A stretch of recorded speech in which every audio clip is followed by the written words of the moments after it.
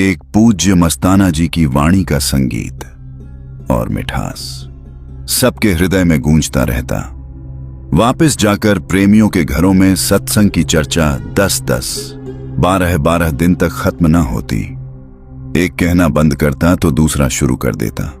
जो प्रेमी सत्संग पर न पहुंच पाते वे बार बार चर्चा शुरू करवा लेते और उनको सत्संग की बातें सुन सुनकर नशा चढ़ जाता।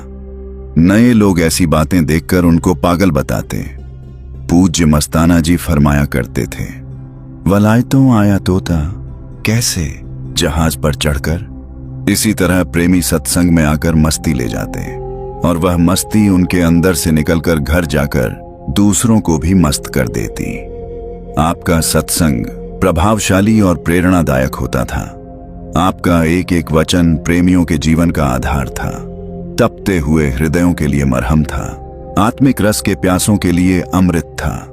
हजारों स्त्री पुरुष आपके सत्संग में अपनी प्यास बुझाते।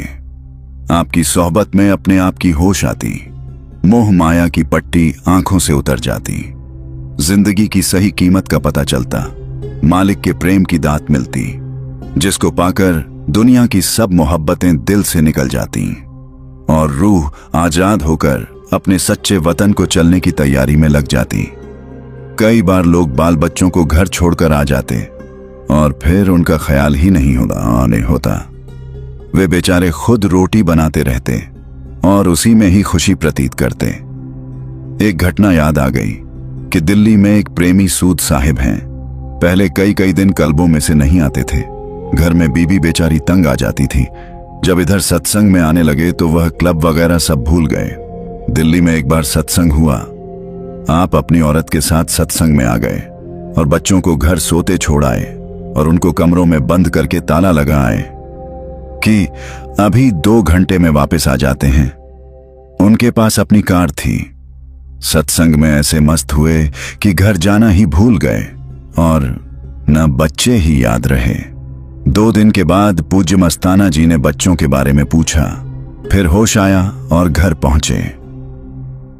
बच्चे बेचारे पड़ोसियों से खिड़कियों में से हाथ निकालकर बाजार से चीजें मंगाते और का गुजारा करते रहे।